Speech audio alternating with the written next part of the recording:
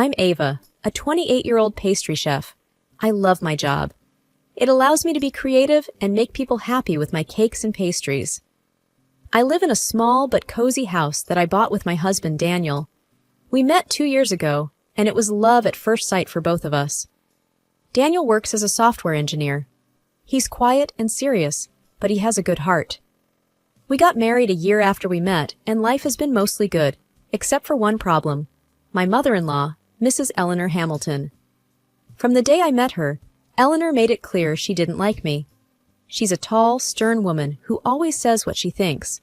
She raised Daniel by herself, and they are very close. She wanted Daniel to marry her friend's daughter, Emily, and she told me so the first time we met.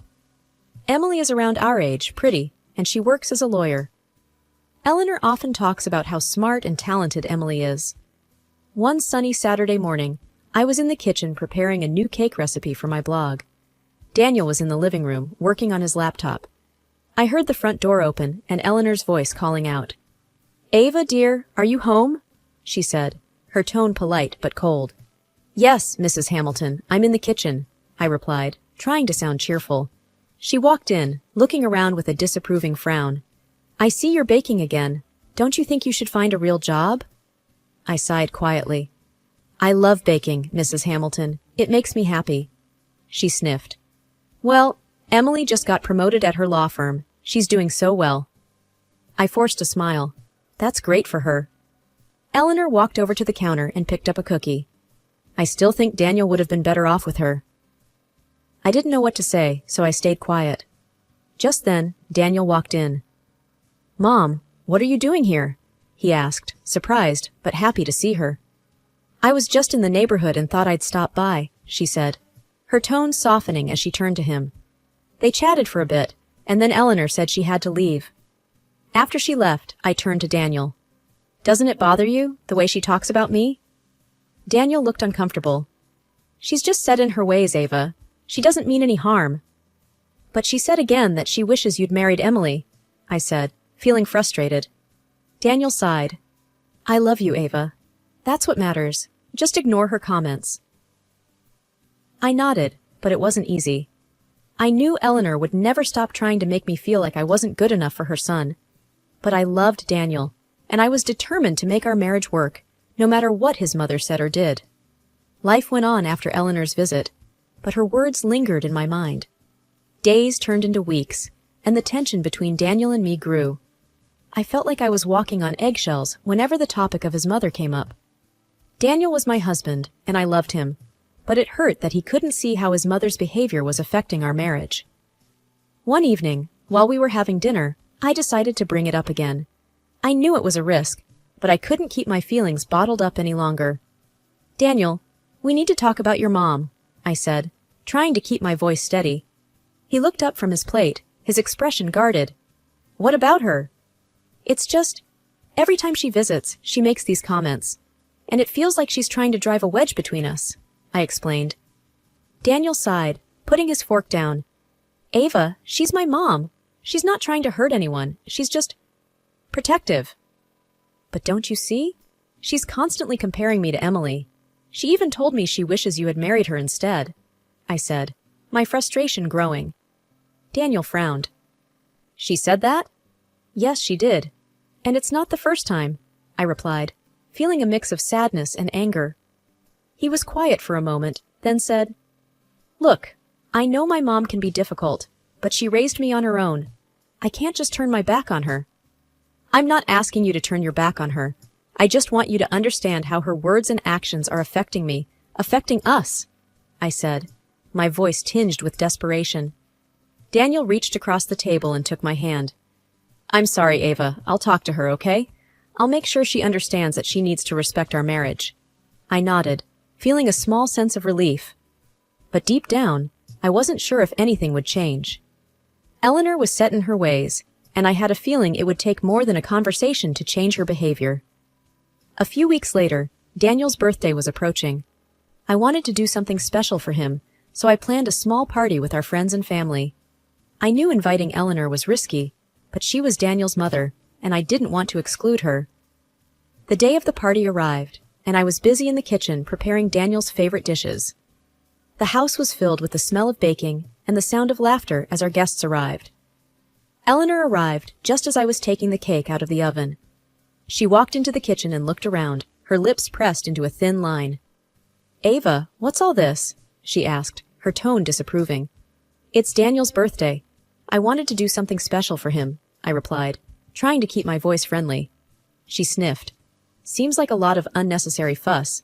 Emily always says that simple celebrations are more meaningful." I took a deep breath, trying to keep my cool. "Well, Daniel likes it when I cook for him, and it's his day, so I want to make it special." Eleanor didn't say anything more, but I could tell she wasn't pleased. I tried to shake off the feeling of unease and focus on the party. As the evening went on, everything seemed to be going well. Daniel was having a good time, and our guests seemed to be enjoying themselves. I was starting to relax when I heard a commotion coming from the living room. I rushed in to find Eleanor standing in the middle of the room, her face red with anger.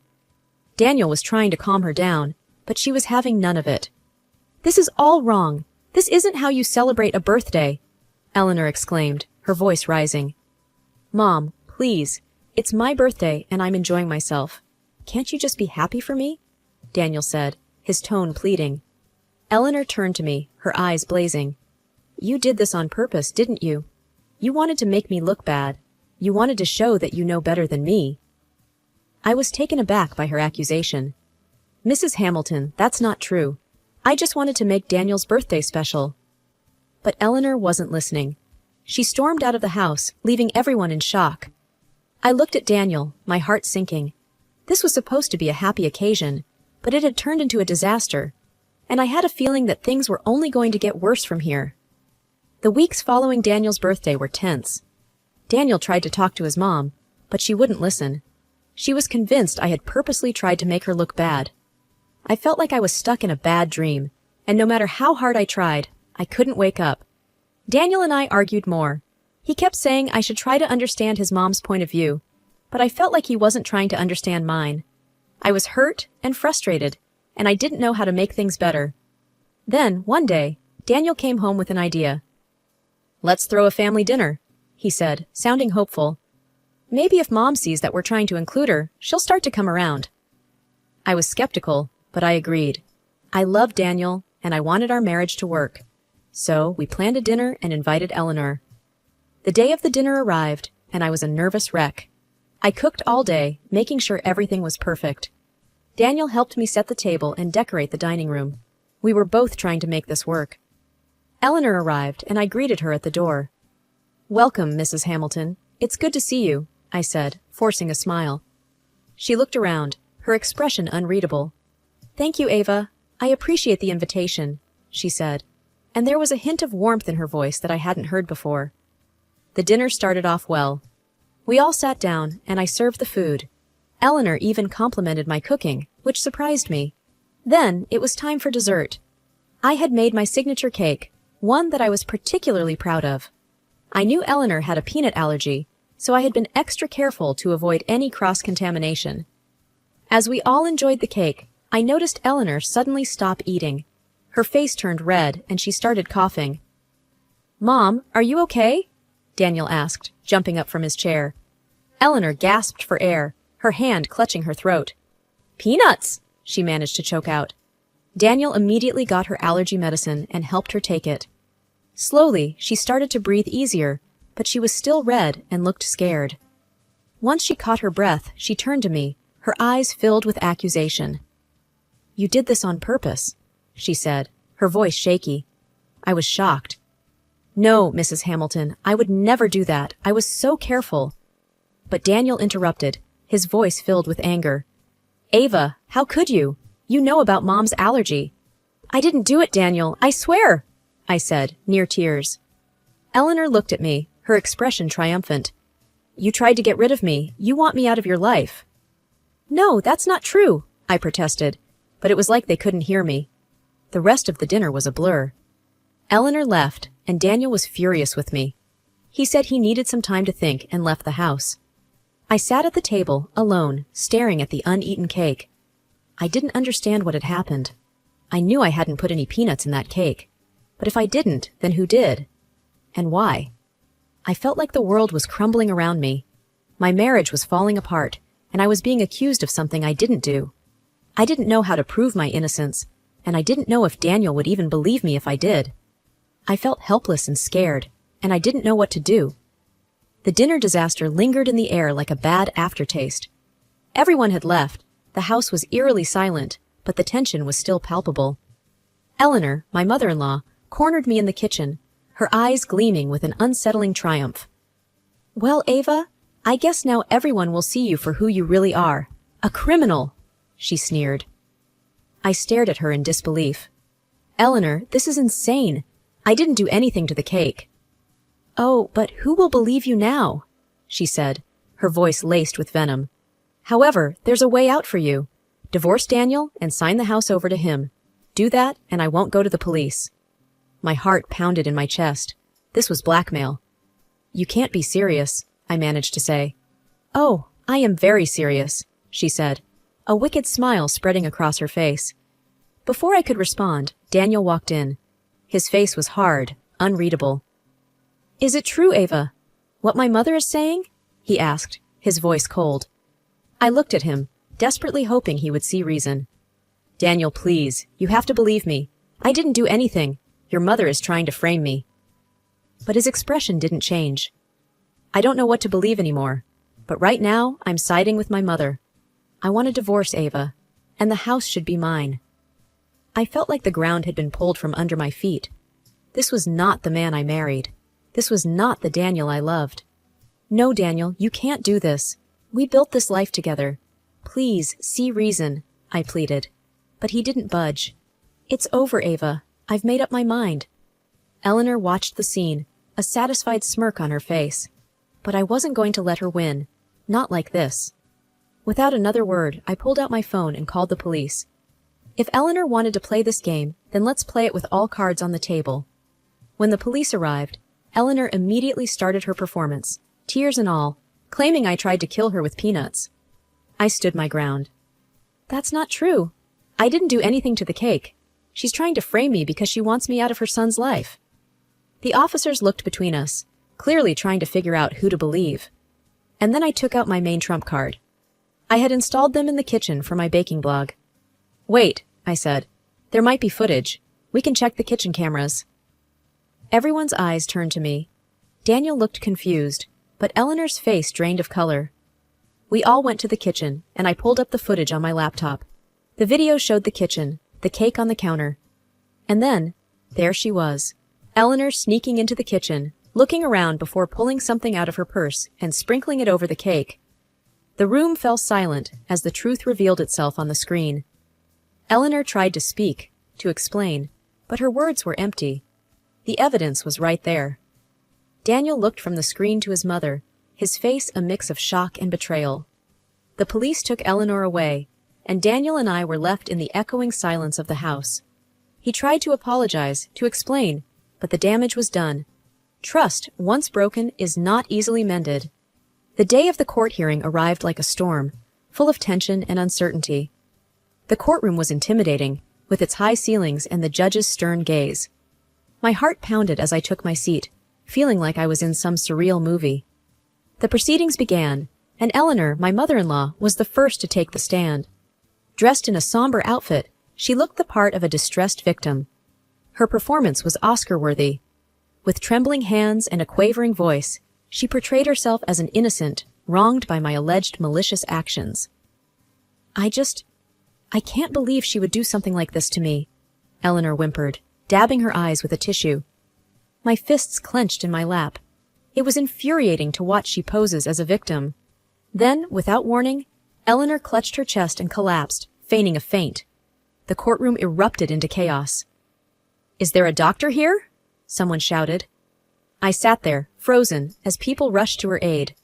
This was another one of her theatrics, but it was working. The judge called for a recess, and Eleanor was taken out of the courtroom, still playing the role of the frail, aggrieved mother. When the trial resumed, it was Daniel's turn to testify. My heart ached as I looked at him, the man I once loved, now a stranger willing to believe the worst in me. "Your Honor, I can't express how shocked I was," Daniel said, his voice steady but cold. "I trusted Ava, and to think she could have done something so heinous. His words cut through me like a knife. He was completely under his mother's spell, blinded by her manipulations. My lawyer presented my defense, highlighting Eleanor's history of hostility towards me and bringing forth the evidence of the kitchen video.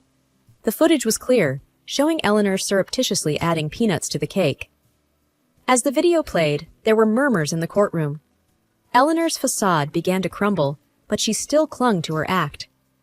"This is a setup! She's trying to frame me!" Eleanor cried out, but her words sounded hollow now. The judge watched the video intently, his expression unreadable. When it finished, he called for a recess to deliberate. Sitting there, waiting for the verdict, felt like an eternity. My entire life hung in the balance, based on the decision of a man who had never met me before today.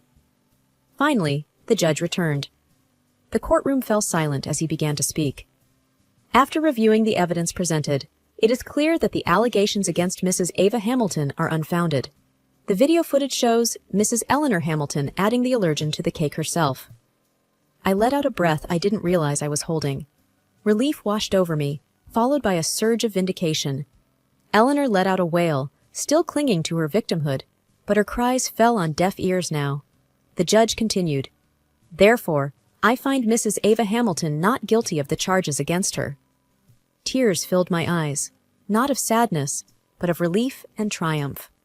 The truth had prevailed, despite Eleanor's theatrics and Daniel's accusations. As I left the courtroom, I felt a weight lift off my shoulders. It was over. I had faced my fears and stood up for myself. After the trial, life seemed to move in a blur. Winning the case brought relief, but it also left a gaping hole where my former life used to be. The house felt even emptier now. I missed Daniel, despite everything, but life had to go on. I threw myself into my work, finding solace in baking and my blog. My followers were a source of strength, sending messages of support and love. It felt good to be understood and appreciated. One day, while I was recording a new recipe, my phone buzzed. It was a text from my friend Mia.